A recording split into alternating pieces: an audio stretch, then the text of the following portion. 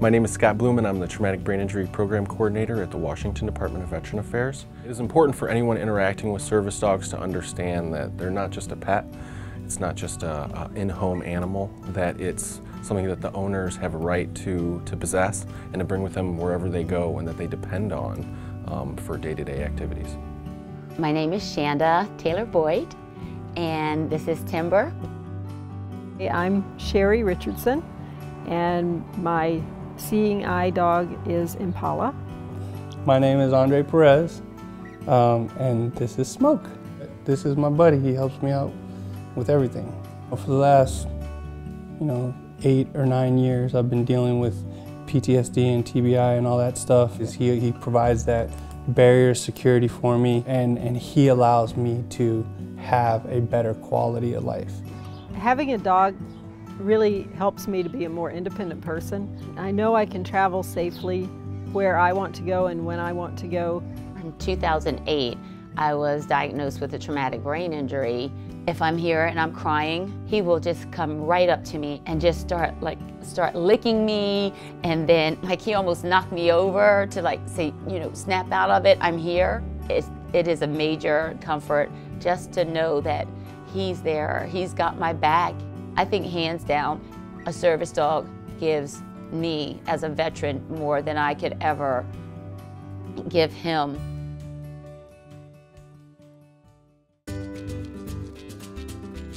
Under Washington state law, any animal that has been trained to do work or perform tasks for the individual with a disability is considered a service animal. So any trained animal.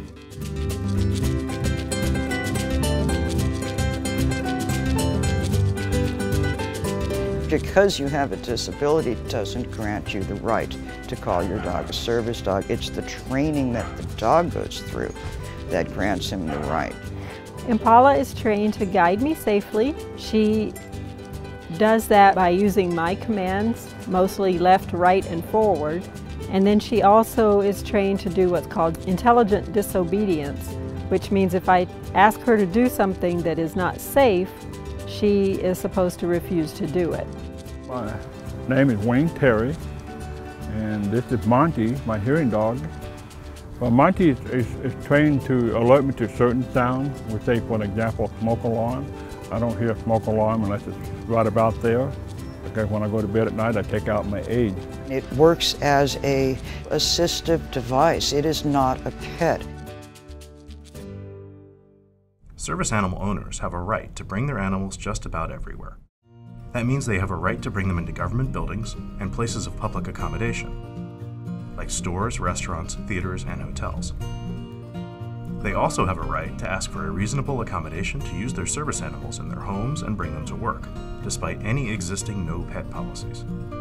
For places of public accommodation, here are some rules to follow when interacting with a person with a disability and his or her service animal. There are 2 questions that places of public accommodation can ask the owner of a service animal. 1, is this animal required because of a disability? And 2, what service or task is this animal trained to do? On the other hand, one cannot ask, what is your disability? That information is confidential. Similarly, they can't ask if you have proof or documentation that they're licensed as a service animal. Service animals do not require a tag, a vest, or any documentation. There's a lot of fake, especially internet service providers that distribute vests and actually have no training whatsoever for the dogs. That gives service animals a bad rap. My name is Gabby Shepard. I own Olympic Cars and Comics in Lacey, Washington. I think some people think that people are faking or it's too easy to get a service animal or whatever that is, but I don't put it in that view. I mean, someone who needs a service animal needs a service animal, and that just needs to be respected. If a service animal is misbehaving in your business, for example, barking, jumping on customers, or making a mess, you may deny access to the service animal, but you must still allow the animal's owner to patronize your business. When you come in contact with a service animal and their owner, it's important to follow these rules both for safety and out of respect for the person with a disability. Speak to the person, not the animal. Do not feed the animal. Do not pet the animal. Do not be offended if the owner does not wish to chat about the service animal. Do not touch the service animal without asking for and receiving permission. Unlike service animals, companion animals do not need specialized training, and the rules are a little bit different. Well, as the name implies, companion animals provide support by simply being a companion. They can do things like alleviate loneliness, provide relief for people with mental or psychiatric disabilities. Companion animals are typically dogs and cats, but they can include many other animals, for example, snakes, lizards, small rodents. Like service animals, companion animal owners have a right to request reasonable accommodations to keep companion animals in their homes or bring them to work. However, government buildings and places of public accommodation do not have to allow companion animals. It's important to keep in mind that companion animals provide real support for people with different disabilities, and it's helpful for them to be able to bring their companion animal in order to patronize different businesses.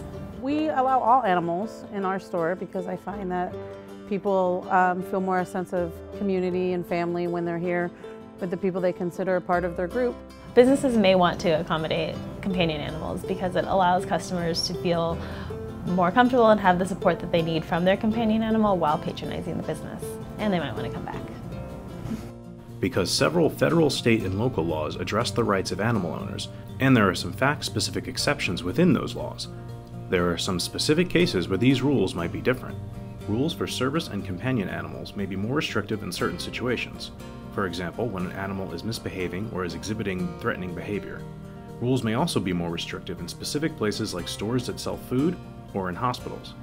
Please check out the resources at the end of this video for more information that can help you respond to service and companion animals in your particular business. Service animals make it possible for people with disabilities to live more independently with dignity and allow them to really access a lot more of the community.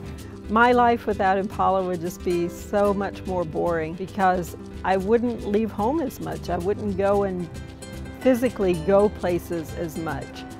If I didn't have Smoke in my life, this house would probably be the extent of my social interactions. But he allows me to actually, be more human, I guess. Service animals are as much a part of their handlers as someone in a wheelchair or crutches or things like that. It's kind of our responsibility as a business owner to make sure everybody can feel welcome and everybody gets their needs met. I mean, ultimately, that's what you want. You want everyone to feel safe and secure wherever they are. More resources available at the Northwest ADA Center, nwadaCenter.org/toolkit/service-animals, the Washington State Department of Veterans Affairs, dva.wa.gov/program/service-dogs, Disability Rights Washington, disabilityrightswa.org/service-animals, and the Washington State Human Rights Commission, hum.wa.gov/FAQ/FAQ-service-animal.html.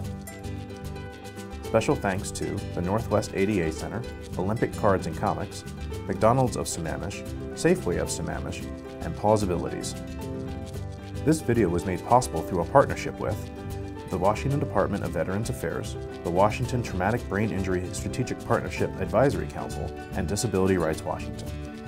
Produced by Rooted in Rights, a project of Disability Rights Washington.